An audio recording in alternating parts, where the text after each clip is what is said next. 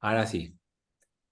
Hoy es mi día, no me dijeron nada, jueves 21 de septiembre, es el día del estudiante o de la De flor, de nuestro. la primavera, de la Ese paz. caso de las flores nuestra. Por eso, Y es el justo día del Alzheimer también. alguno, Del estudiante, claro. alguno del Zoom es flor de, pero no lo voy a decir, así que sigamos. Flor de Eh, persona. entonces, les contaba recién como resumen que estamos leyendo el momento que cruzamos, que atravesamos las aguas, que se cerraron y que nos salvamos. Entonces, vamos a ver qué hace el pueblo de Israel con esta salvación. Y lo que hacen está acá en el capítulo 15. Entonces entonó Moshe y los hijos de Israel este cántico para Adonai y se expresaron diciendo: He de cantar para Adonai yo, perdón, he de cantar para Adonai, ya que él ha manifestado su glorioso triunfo, al caballo, a su jinete, él arrojó a la mar. Y antes de meternos con el Shirat Hayam, con este cántico de alabanza, de alegría por habernos salvado, por habernos salido de Egipto y haber podido cruzar las aguas, ¿vieron que nada es casual? ¿Alguien sabe qué para allá leemos en la semana, esta semana? O sea, mañana, en realidad, sábado a la mañana.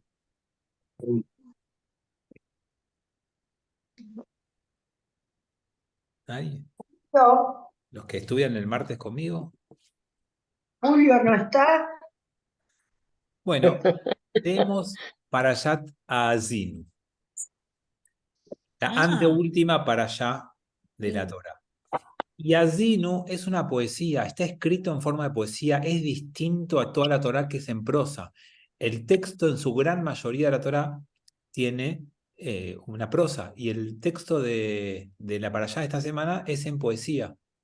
Y cuando uno estudia ese texto, te dicen, casi no hay poesías en la Torá. La otra muy famosa y conocida, ¿cuál es? La que estamos leyendo nosotros ahora acá, Shirat Hayam, el cántico que entonan Moshe, Miriam y los demás como celebración y festejo por haberse salvado. Es increíble que estén conectadas de esa manera la para allá que estamos leyendo ahora y la del sábado, pero bueno, coincidió. Estamos frente al otro gran cántico de la Torá. Uno es al final y otro está acá. Cuando el martes vimos para Yahúa, los que estuvieron, veíamos por qué el pueblo judío hizo del canto lo que hizo. Y el canto es algo que te llega, te conmueve, pero también es algo más fácil de recordar. Es algo que uno tiene en la memoria. Esperen que vamos a Ay, silenciar. Voy a silenciar a todos, el que quiera hablar se desmutea, porque hay un poquito de ruido. Entonces les decía que el cántico te ayuda a memorizar, a recordar, a emocionarte, a conectar, y quizás es una manera de lograr lo que la razón no puede lograr, llegar a tu emoción. Entonces, en momentos difíciles o importantes o trascendentes, se utiliza la poesía y el canto. Uno fue cuando Moisés se despide del pueblo, está a punto de morir, momento importante, trascendente y emotivo de la Torá, si los hay, y el otro fue este, cuando el plan más importante, que era salir de Egipto para transformarnos en un pueblo, estuvo a punto de venirse abajo, porque los egipcios nos perseguían y nos iban a matar.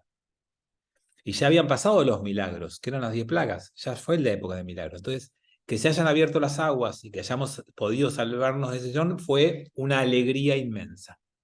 Y eso es lo que aquí va a estar. El texto no lo vamos a analizar muy en detalle porque es muy poético y es bastante complejo de entender y requeriría algunas cosas que nos exceden en este marco así más ameno de compartir, pero en principio sepan que es un cántico por un triunfo glorioso en donde los caballos y los jinetes de los egipcios quedaron en el mar.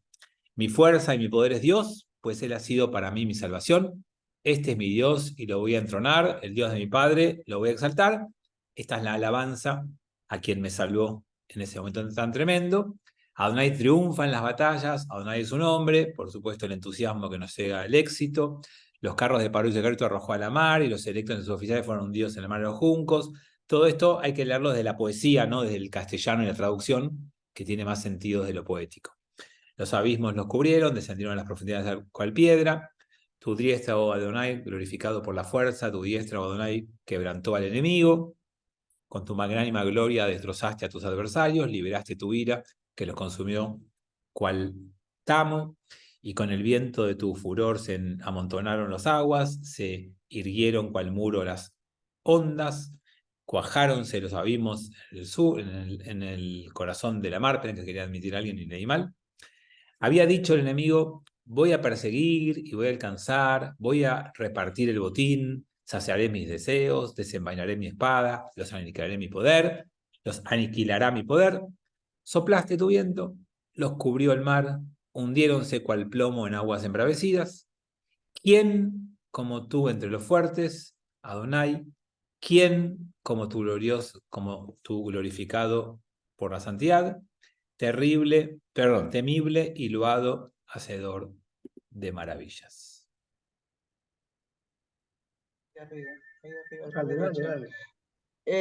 Fabi, Sí, ¿esto es lo que cantamos Mica Moja Belim Adonai? por eso me detuve acá y iba a preguntar quién conoce este verso. Ok. Te quemó. Te lo spoileé. No, está bien.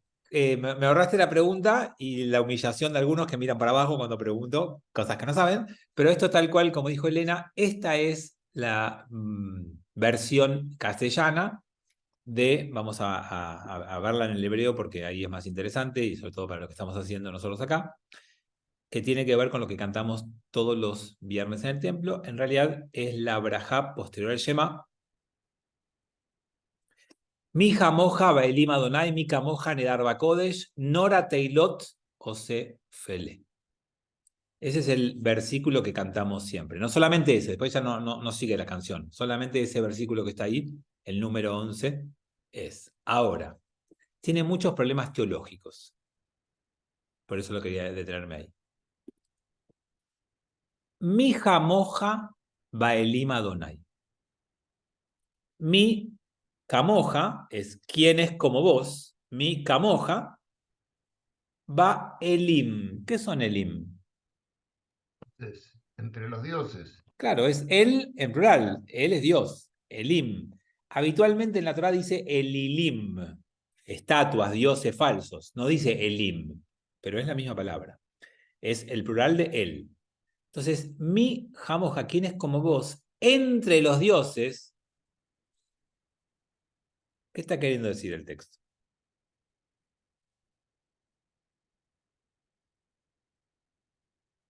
Elena está hablando, pero está guiada por Dani. Más de uno. O sea, Hay más de uno. lo que está diciendo el texto es, no es que Dios es el único, sino que es el mejor. Que hay una diferencia abismal.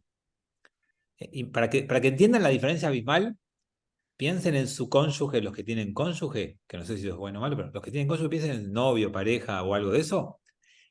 Es lo mismo que vos le digas a tu pareja, vos sos él o la única, único, o vos sos el mejor de todos los amantes que tengo. ¿Es lo mismo?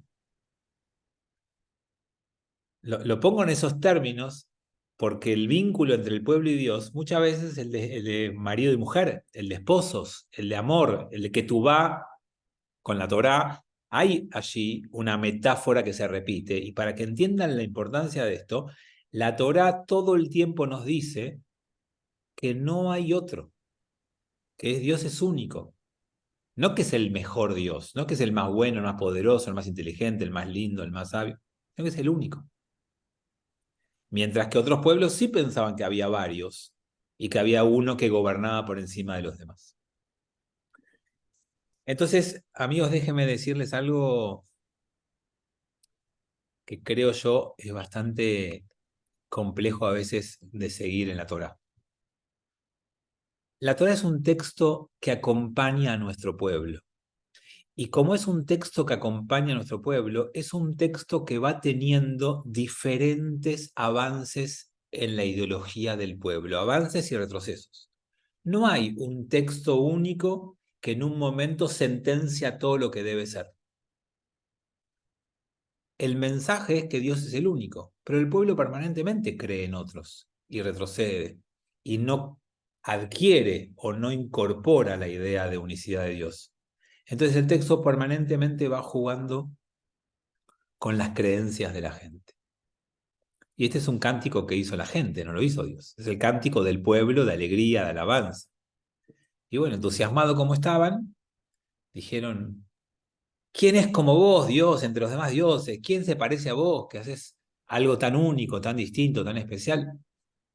Bueno, la espontaneidad de la gente cantando mostró alguna de sus creencias en ese momento. Entonces, la Torá viene a luchar con la idea equivocada del politeísmo, pero no lo consigue de entrada, ni en el medio, ni al final. La gente va a ir cayendo varias veces en estos temas. Me parece increíble, y esto sí me parece una cosa única, es que los rabinos hayan elegido esta frase para ponerla en la tefilá, porque los que arman la tefilá son los rabinos en el Talmud.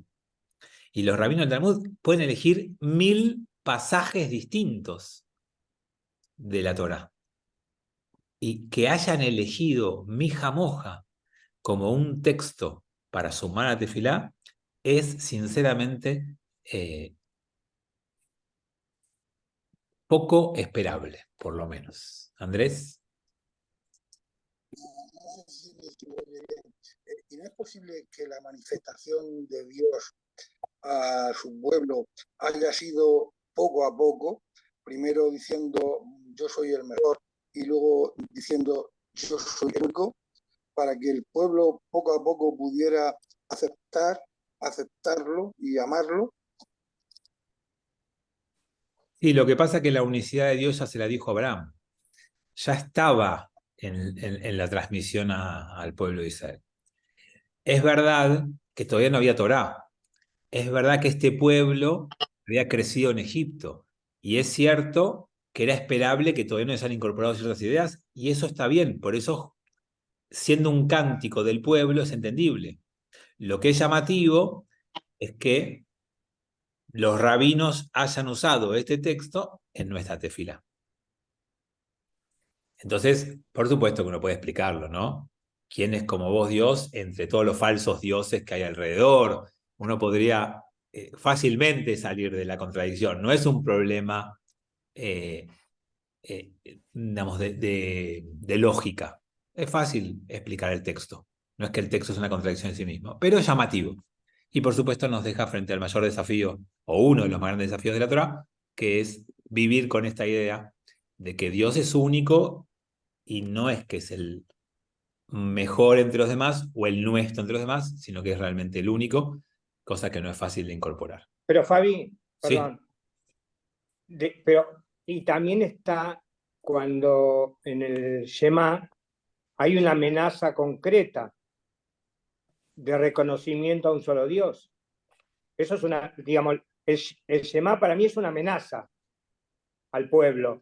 Sí, pero el Shema está entregado en Dvarim, en el 5.º libro, antes que Moshe se muera. Eso, el Shema es un texto de Moshe al pueblo en su discurso de despedida. No estaba todavía en el pueblo. Pero por eso digo, a lo mejor después hay, digamos, porque digamos, la gente dudaba si es que había uno o más. Y el Shema ratifica y es una amenaza para sí, que crean en un solo Dios. Lo que pasa es que eso ya lo tenés, Mauri, muy explícito con la entrega de la Torá. Cuando se entrega la Torá ya está clarísimo eso, que es dentro de...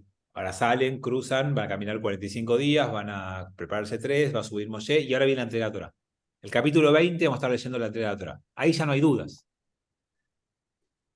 Yo soy tu Dios, no hay otros, no tengas otros. No, digamos, ya ahí está claro. Es verdad, el Shema lo refuerza más, tenés razón. Pero ya antes no hay lugar para más dioses. Acá lo que tenemos es un texto puesto en la tefilá abriendo esas cosas, ¿no? Bien, sigamos. Esperen que voy a compartir de vuelta el texto. Extiende tu diestra, lo tragó la tierra, conducirás con tu benevolencia a este pueblo que has redimido, lo dirigirás con tu fuerza hacia la morada de tu santidad, lo oyeron los pueblos y temblaron, el temor se apoderó de los habitantes del Pelashet, entonces se conturbaron los jefes de Edom, los fuertes de Moab fueron presa del temblor, se demoraron todos esos son pueblos que rodean el lugar de Egipto y de la tierra de Canaán, ¿no? Los canaanitas son los que viven en la tierra de Israel, Edom, Moab, todos esos pueblos que nombra ahí son todos pueblos vecinos, que todos escucharon esto y todos quedaron maravillados con Dios y con el pueblo de Israel. Caerá sobre ellos temor y miedo, todos se van a tener miedo por lo que acaba de pasar. Ante la grandeza de tu poder se habrán de enmudecer cual piedra, hasta que haya pasado tu pueblo, Adonai, hasta que haya pasado este pueblo que formaste. Tú lo traerás y lo plantarás en la montaña de tu heredad, que estableciste para tu morada. Tú lo has hecho, Adonai, el santuario de Adonai. Voy rápido porque esto es toda la poesía, ¿sí? Adonai reinará por siempre y hasta siempre. ¿Esto lo conocen del hebreo? ¿Cuál? Adonai reinará por siempre y hasta Shirul Adonai. Shirul Adonai. No, Adonai, ¿Ves? no, Adonai Ejad. Adonai Adonai, imloch leolam baed. Ah, Adonai imloch leolam baed. ¿Dónde lo cantamos eso?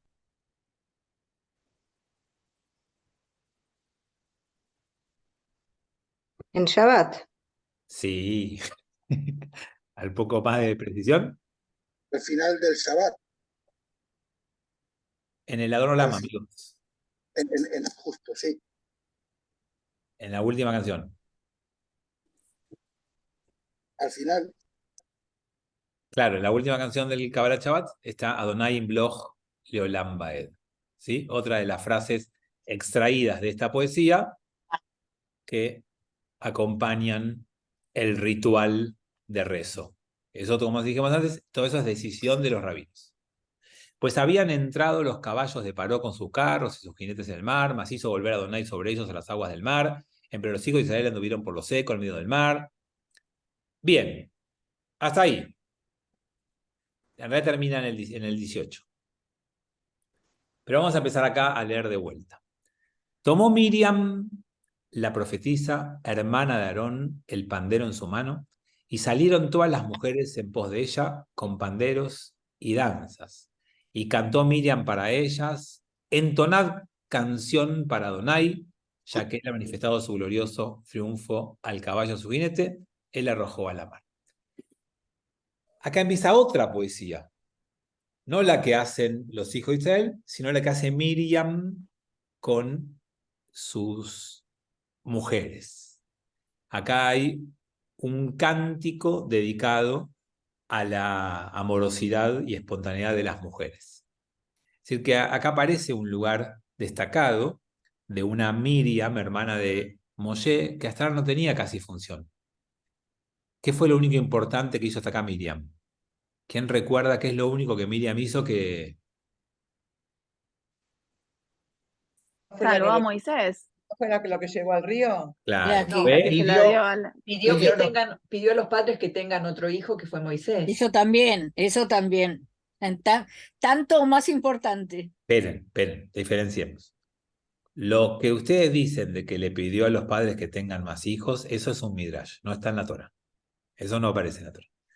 Lo que hizo Miriam en la Torah hasta acá es que fue la que cuidó de lejos a Moshe y fue la que cuando la princesa de Egipto lo tomó en sus manos, se acercó y le ofreció una nodriza hebrea para que lo amamante. Y se lo llevó a su mamá de verdad. Ese fue el rol importantísimo en la vida de Miriam, pero junto con Aarón y con Moshe van a tener un rol destacado en todo este tema de conducir al pueblo en el desierto, y a partir de este versículo que yo les acabo de contar recién, lo que termina pasando es que Miriam se transforma en la fuente de alegría del pueblo. Es la que le dio al pueblo algo que ni Moshe ni Aarón podían darle. Lo que Miriam pudo darle, que el resto no tenía, es esa calidez, esa cercanía, esa alegría espontánea, genuina. Hay allí, en este relato, algunas cuestiones que hoy en día parecería que estén mal decirlas, que tienen que ver con el género o con la diferencia entre el hombre y la mujer, pero que en aquel momento y en la Torá están claramente puestas en que Moshe es la ley, es la autoridad, es la conducción, es el liderazgo. Aarón es lo espiritual, Aarón es la paz, Aarón es el que te lleva al ritual, a la plegaria, y Miriam es la alegría, la felicidad. Y entonces, amigos, yo les querría decir algo con esto que para mí es importante y por lo menos yo lo tengo mucho en cuenta a veces. Y es que para mí, judaísmo tiene que tener una dosis de cada una de ellas. No alcanza un judaísmo de Moshe, donde todo pasa por la ley. ¿Qué se puede y qué no se puede? ¿Qué tengo que hacer? ¿Cuánto tengo que comer? ¿A qué hora? ¿Cómo es el tema de a qué hora empieza, a qué hora termina? ¿Y qué puedo? ¿Me puedo lavar el ojo o me puedo lavar la cara o en Yom Kippur? Si no uso zapatos, pero puedo usar medias o puedo usar zapatos, digamos, hay una parte del judaísmo que está preocupada por la ley. Moshe. Hay una parte del judío que está preocupado por el ritual. Aarón es el ritual. Aarón es el que hace que los korbanot, los sacrificios, hace que te acerques a Dios a través del camino que vos has propuesto. Hay gente que está muy preocupada por el ritual. Pero hay gente que entiende que el judaísmo también es alegría, es canto, es danza, es agradecimiento. Eso también es judaísmo. No solamente la rigidez de la ley o el camino del ritual. Entonces, me parece que Moshe, Aarón y Miriam se complementaron muy bien. Y nuestro judaísmo se tiene que complementar muy bien. Tenemos que darle de las tres. Porque emoción y alegría sola, sin ningún tipo de mitzvah y sin ningún tipo de ritual, tampoco sirve. Por eso, el hasidismo, que fue Miriam a la 10ª potencia, o sea, el hasidismo es Miriam. Bueno, el hasidismo, para ser hasidismo, primero tuvo que aferrarse a la ley y cumplir con la ley. No alcanza con la idea de la alegría sola. Debe estar acompañada de un ritual y de una ley. Bueno, estas son las tres dimensiones que nos presentan estos tres hermanos en la salida de Egipto y en la travesía en el desierto. Moshe hizo trasladar a Israel desde el mar de los juncos y salieron hacia el desierto de Shur y anduvieron durante 3 días por el desierto, mas no hallaron agua. ¿Qué ley judía aprendemos de este versículo?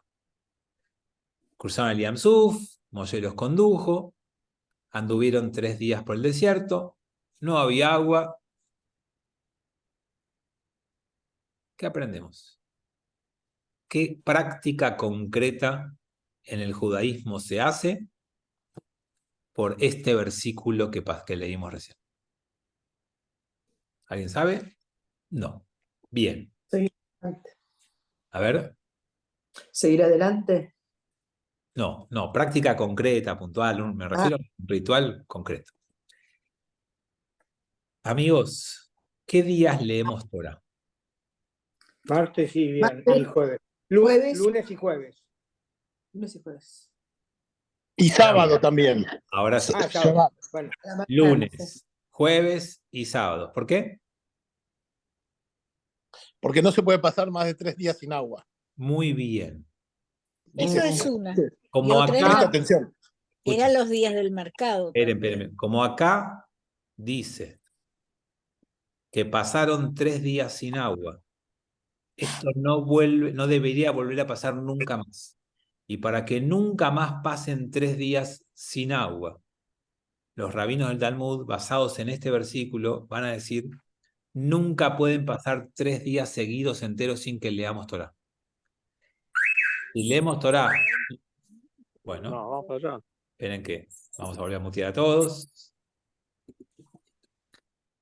Nunca deberían pasar 3 días sin Torah. Entonces, leyendo lunes, martes y miércoles no, jueves, viernes no, sábado, domingo no, lunes, listo. Estamos tranquilos. Si leyéramos 2 veces por semana, habría 3 días sin Torah.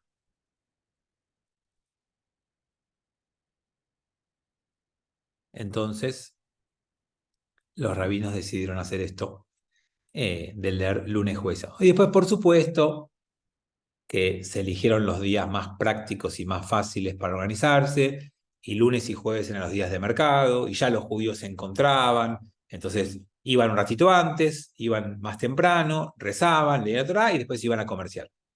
Parte del desafío de vida judío siempre es adaptarse a las circunstancias y no forzar situaciones incómodas. No debería ser un peso, una carga la vida judía, debería ser algo que uno disfrute, que uno aprenda, que uno, si necesita límite, lo ponga, pero que uno pueda fluir con la ley y con las costumbres. Entonces tenemos el versículo que da origen a la lectura de la Torá. Entonces, llegaron hasta Mara, pero no pudieron beber agua de Mara porque amarga era, por eso llamamos su nombre Mara. Mar en hebreo es amargo. Mara en femenino, eso es lo que le da el nombre al lugar, que las aguas eran amargas y no pudieron.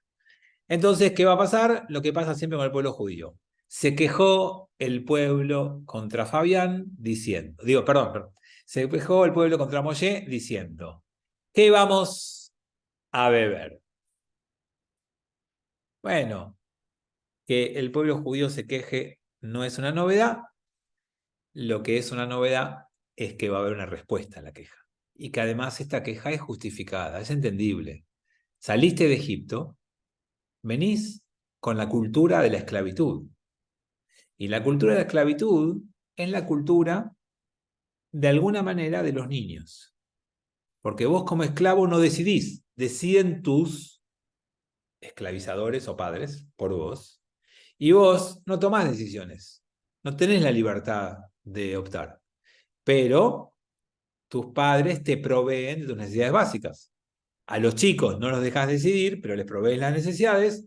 Los que esclavizan no dejan al resto ni decidir ni disfrutar de su trabajo, pero les proveen las necesidades básicas. En la lógica de los hebreos, el agua no era algo que tenían que ganarse ellos. Era algo que les tenía que ser dado. Por eso, cuando nosotros sacamos a los judíos de Egipto y nosotros los leímos, yo les dije que el pueblo judío sostiene que es mucho más fácil sacar a los judíos de Egipto que a Egipto de los judíos. Hay que sacarlos de acá, como nos pasa a nosotros.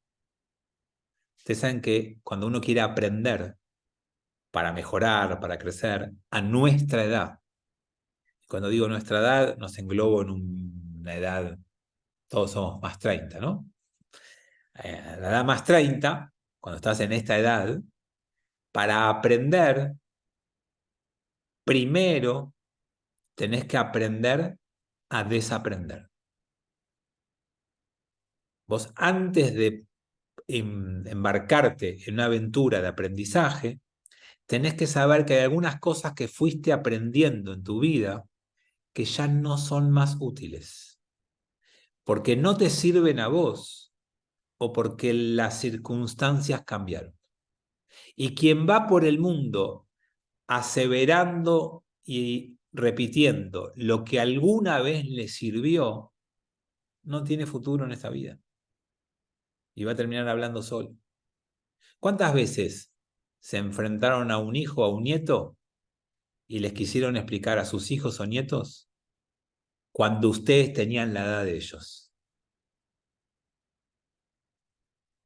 Y sí, era el mundo distinto, era en blanco y negro, amigos. Era otro mundo, donde la tecnología pasaba por la radio, quizás por la televisión, de 4 canales.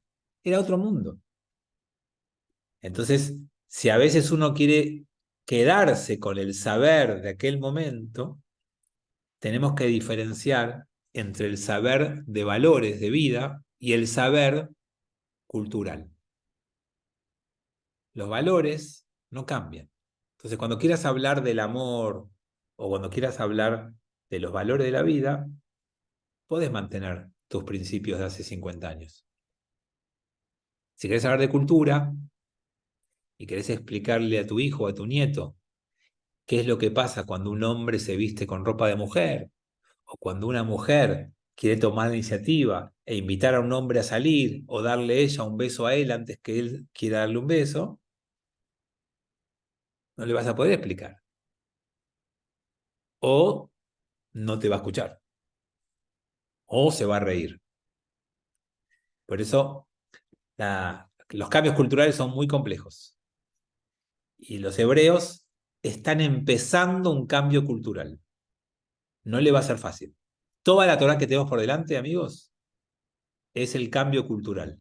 Es sacar a Egipto de la cabeza de los judíos. Y para eso vamos a recibir la Torá y vamos a recibir mandamientos, vamos a ir viendo todo esto a lo largo de los próximos encuentros. Pero tenemos por delante un desafío de cambio de cultura. Él clamó a Adonai y le enseñó a Adonai una madera, él la arrojó al agua y se endulzaron las aguas. Allí le implantó Adonai norma y costumbre y allí lo sometió a prueba.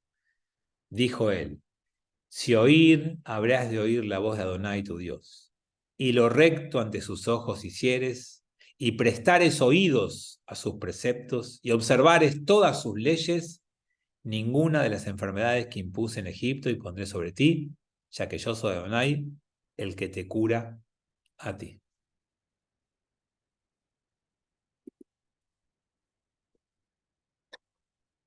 Entonces, tenemos acá lo que hace un padre con un hijo.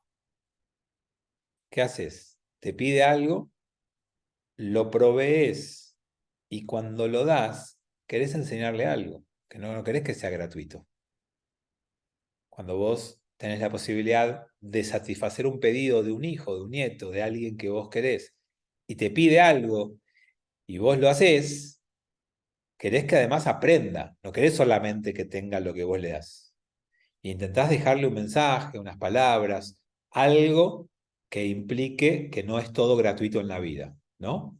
Por un lado, le solucionás el problema. Cuando te piden algo y vos tenés la posibilidad y la capacidad, y está bien lo que te piden, lo solucionás. Pero después, querés que eso deje una enseñanza. ¿Cuál es la enseñanza acá? Si vos querés seguir recibiendo de Dios lo que querés, necesitás y demandás, primero tenés que cumplir con su voluntad. Empieza a nacer el concepto de pacto, de transacción y de vuelta, de los dos lados, no solamente un chico que recibe, que es el proceso de crecer. Cuando un chico chiquito llora porque quiere comer o tomar, no le pedís algo a cambio, se lo das. Cuando ese bebé pasa a adolescente y te pide algo, decís, bueno, ¿sabes qué? Te doy tu semanalidad, pero vos traes buenas notas. Ya no es gratis.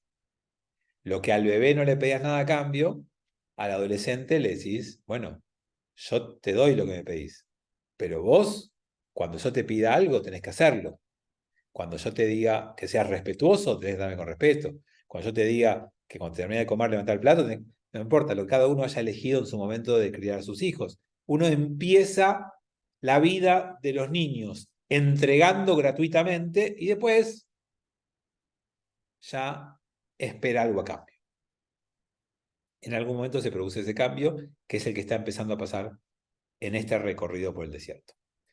Bueno, siguieron avanzando, llegaron hasta Elim y allí había 12 manantiales de agua y 70 palmeras, se acamparon allí a la vera del agua. Muy lindo, llegaron a un lugar donde había 12 manantiales de agua. El 12, número clásico en la Torá, número central, 12 tribus, es uno de los grandes números de la Torá, 12. ¿Y por qué 70 palmeras? ¿Qué simboliza el 70 y qué simboliza la palmera? Los 70 sabios. ¿Y qué son los 70 sabios, Armando, sabes? El Sanedrín. Bien, el primer Sanedrín hebreo tuvo 70 sabios que pensaban y legislaban el pueblo de Israel. ¿Y de dónde viene ese número 70? ¿Alguien sabe antes que eso? El 7 es un número completo. Pero el 70, ¿qué simboliza? El máximo, la totalidad. Los 70 pueblos del mundo. Bien, bien. Andrés, decís algo, pero tenés mal sonido. ¿Qué decías? La totalidad, que significa la totalidad. Eso es el 7, pero el 70 Dice la Los tradición 70 judía, pueblos. Shivim Panim la Torah. La Torah tiene 70 caras. Y a partir de ahí creemos que el mundo tiene 70 naciones y que hay 70 lenguas en el mundo. 70 es el símbolo, así como el 7 es lo completo y pleno en tu vida, 70 es todo. Es todos los pueblos del mundo, todos los idiomas del mundo, todas las interpretaciones de la Torah. Shivim 70 es un completo. Es como si fuera el 7 por 10. Y entonces hay una plenitud en ese momento. Después de haber pasado sed, después de haber tenido zozobra, después de haber pasado un mal momento, viene la tranquilidad y la bendición. ¿Y qué es la palmera? ¿Cómo se dice en hebreo palmera? Tamar. Muy bien, tamar. ¿Y saben qué significa tamar? Pobrecita Es amiga. la fruta. Es el, ¿cómo se llama? El Dátil. dátil. Bueno, que si quieren... Lo dulce. les Es lo recomiendo. Pero el dulce. mar era amargo, mar no era amargo. Mar es amargo, pero esto es dulce. Y acá es súper dulce el dátil. ¿Sí? Por eso, lo amargo quedó atrás. Ahora tienen el agua dulce, porque el agua dulce que se puede tomar, el agua amarga no. Si quieren una recomendación, los dátiles de Israel son los más ricos del mundo. Sí. Puesto que se consiguen en Argentina, son un poquito caros, pero están buenos. Recomendable. Pero tamar, que es palmera, que es lo que acá figura, dice en la tradición judía que son siglas de 3 palabras. Tamar, son 3 letras en hebreo, es Torah, sabiduría, conocimiento, saber, Torah. Maasim, tamar, la mem, maasim, son buenas acciones, hechos, actos. Y regashim, tamar con R, regesh, son emociones, sentimientos. Entonces, tamar encierra las 3 cosas que una persona tiene que tener: conocimiento, buenas acciones y buenos sentimientos. Cuando uno logra esas 3 cosas, uno tiene una buena vida. Por eso después vamos a cantar en el templo Tzadik Katamar. El justo es como una palmera. No es una palmera. ¿Buenos sentimientos hacia los demás? Buenos sentimientos en todo sentido, hacia los demás, hacia vos mismo, hacia Dios, porque hay gente que es amorosa con los demás y se da con un caño uno mismo. Sentimientos en general, que te surjan cosas lindas, buenas, que tu emoción sea positiva.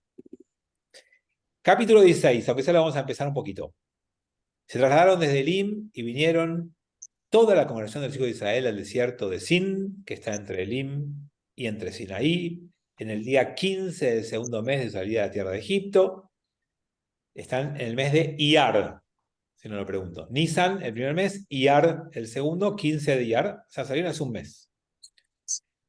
Se quejaron toda la congregación de los hijos de Israel contra Moshe y contra Aarón en el desierto, y les dijeron a ellos, los hijos de Israel: ¿quién nos diera morir a manos de Adonai en la tierra de Egipto? Cuando estábamos sentados cerca de la olla de carne y cuando comíamos pan en hartura, pues nos habéis hecho salir a nosotros a este desierto para hacer morir a toda esta muchedumbre de hambre. Bueno, se quejaron hace 10 minutos del agua, ahora se vuelven a quejar. Sí, Anita. Yo quería decir una cosa que enseñan en Cábala, que el nombre del mes Iyar sale de esta frase, Fabi, que vos dijiste antes. Lo tengo acá anotado, justo a mano. Yo soy Dios y te sanaré. Cada primera letra de esa frase que vos nombraste recién, que miraran para atrás y que no iban a ver las plagas y todo eso, después dice esta frase, y cada una de esas palabras, la primera letra forma el mes Iyar. Adonai Anoji Rofeja. Adonai, Sí. la Yud. Adonai. La Aleph es Anoji. Y Ani, dice Ani. Ani Anoji es lo mismo. Yud-Kei-Vav. Ani Anoji es lo mismo. y la Reish es Rofeja, aquel que te cura. De ahí viene el nombre del mes de Iyar. Esto son construcciones rabínicas posteriores porque los meses del alfabeto hebreo son babilónicos, pero está bueno, siempre es lindo y suma. Así que Iyar viene de ahí, de este acrónimo de lo que vamos a ver. Gracias, Anita, por sumar este comentario. Y entonces decía que nos empezamos a quejar, nos quejamos y nos quejamos. Y aparece la primera idea cultural que hay que erradicar en nuestras vidas. ¿Saben cuál es la primera idea que sale de esta queja? Todo tiempo pasado fue mejor. Muchos de nosotros vivimos con esa idea. Y además es mentira. Es mentira, por supuesto. No comían carne. Todo tiempo pasado fue mejor. Tenemos ese axioma, algunos tienen ese axioma en la vida, y entonces cualquier cosa que pase nunca va a ser suficientemente buena porque los tiempos de gloria, los tiempos de bonanza, los tiempos de abundancia, los tiempos de alegría. Y eso le pasa a la gente en general, que no logra estar contenta con su presente, con lo que le toca hoy, con lo que tiene hoy. Cuando uno no está bien, suele idolatrar otro momento de su vida. Generalmente, sí, Elena. Yo tengo una madre, como muchos de ustedes saben, que tiene 98 años, va a cumplir 99, que es sobreviviente del Holocausto. Y yo me río mucho cuando ella me dice, qué tiempos malos que estamos viviendo.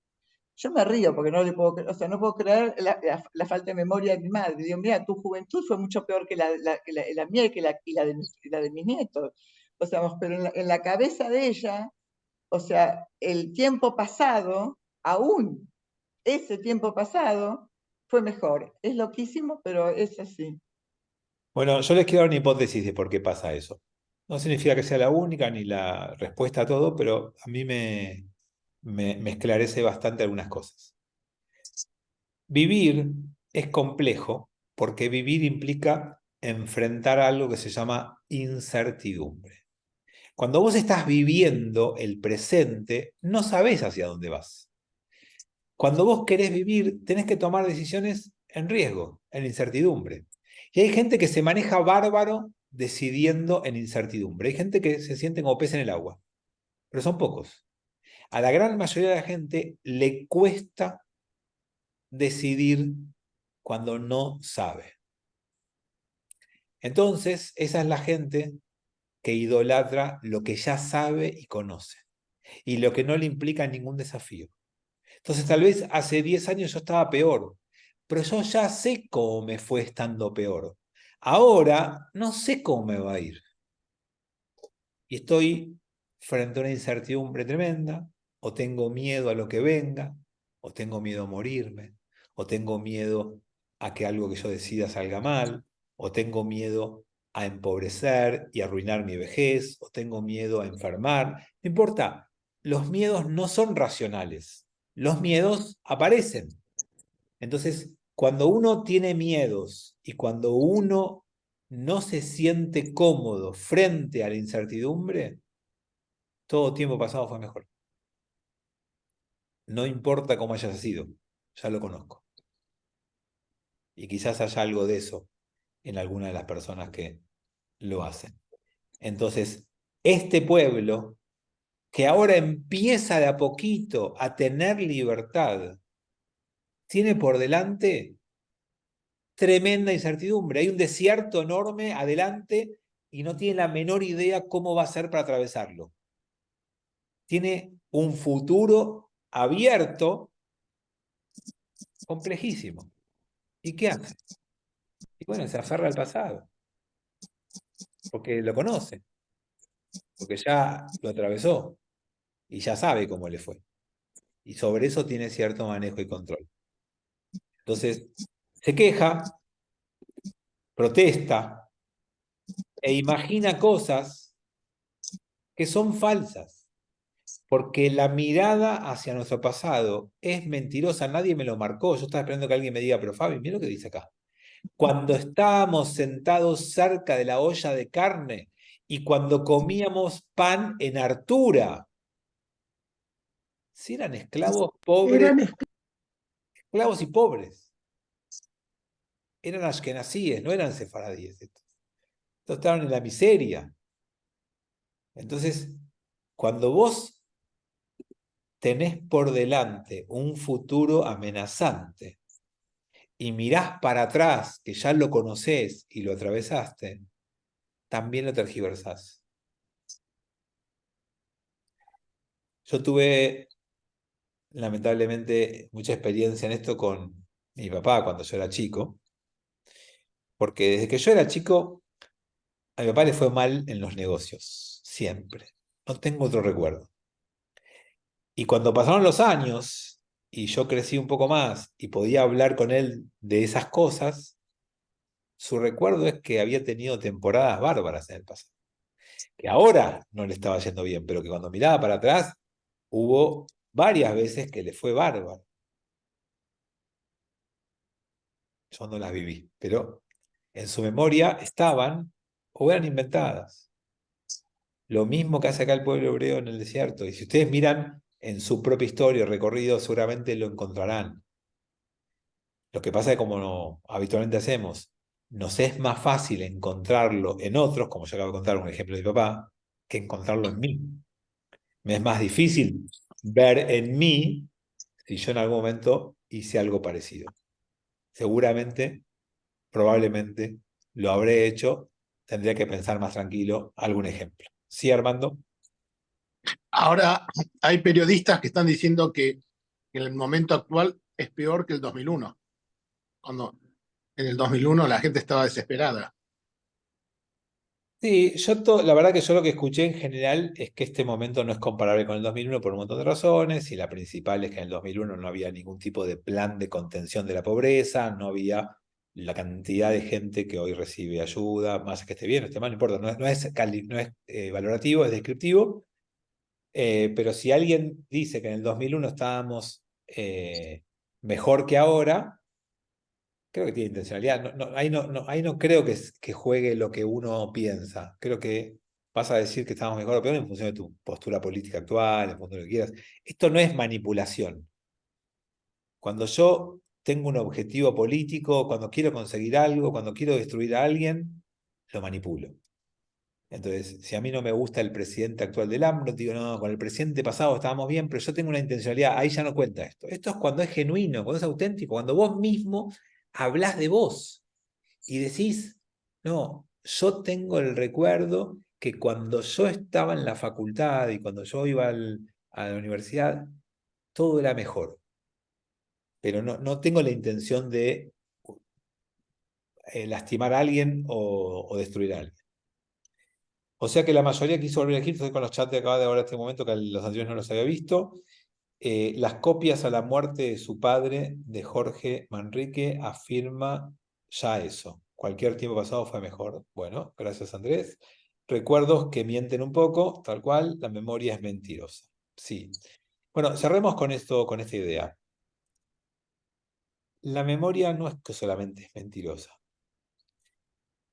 Ninguno de nosotros tiene control sobre su memoria. No está bajo nuestro control. ¿Cuántas veces te querés olvidar algo y no podés?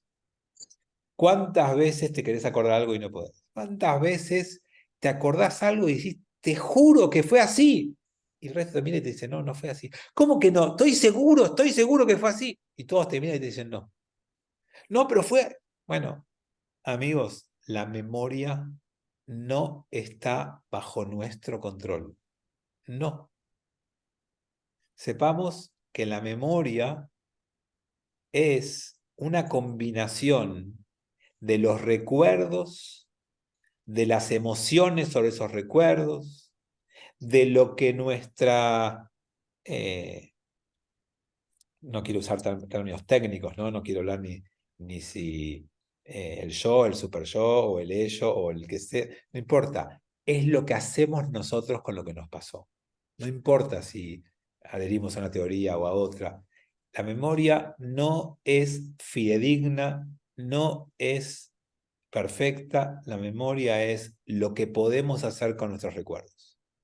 Por eso hay un artículo de un autor judío llamado Yerushalmi, filósofo judío, que se llama, un libro es, que se llama Los usos del olvido. O sea, no solamente la memoria no es algo que dominamos, sino que los olvidos tampoco son algo que está bajo nuestra tutela. A veces olvidamos cosas no conscientemente, pero porque son una forma de protegernos y de cuidarnos. Por eso los usos del olvido, como sistema de protección y de defensa personal y de estrategia personal. Bueno, con ¿Te esto... acordás del libro del cuento de Borges, no me acuerdo cómo se llamaba, El Memorioso? Funes. Funes el Memorioso. ¿Saben qué? El sufrimiento que era de que no podía olvidar nada. Eso. Es imposible vivir sin olvido. Ese cuento Funes el Memorioso es un cuento maravilloso para mostrarte que necesitamos olvidar cosas, que no se puede vivir recordando todo. ¿Qué pasa? No sé. Y la gente que salió de Alemania o del Holocausto tuvo que hacer eso. Mi mamá siempre decía que cuando llegó a Israel, bueno, Palestina en ese momento, dijo que ella quería ponerse como una pared y dejar todo que se vaya para atrás y no pensar más en lo que vio por la noche de los cristales rotos y todo eso y empezar de cero. Y nunca quiso hablar, por ejemplo, cuando empezó todo el tema de la Shoah, porque si empezaba a hablar y trataba de recordar, le iba a hacer mucho daño. Sí, tal cual. Eso es parte Bastante, de las estrategias claro. de la gente a sobrevivir. Incluso, y con eso sí cierro de verdad, dicen que muchos sobrevivientes no hablaron y no trajeron a la memoria nada de lo que les pasó hasta muchos años después. ¿Cuándo? Cuando ya reconstruyeron todo. O sea, el sobreviviente Sí, medio primero se ocupó de volver a empezar, reconstruir su vida. Una vez que tuvo familia, que tuvo trabajo, que tuvo futuro, que estuvo tranquilo, recién ahí en algún momento lejano empezó a hablar de lo que le pasó. Esto es una de las estrategias que dijeron que usaron algunos sobrevivientes para poder volver a empezar después de lo que vivieron. seguir adelante, exacto. Hatimá Tová para todos. Fatima Espero para el Fatima Shabbat. Tobá, Los espero el domingo y el lunes completo, vestidos de blanco. seguro. Sí. Chao, Fatima amigos. Tobá no los Todos. puedo ver porque no me anda la pantalla, pero bueno, Fatima Tobá todos. Nos veremos en Chau, Costa chau. Salguero. Chao.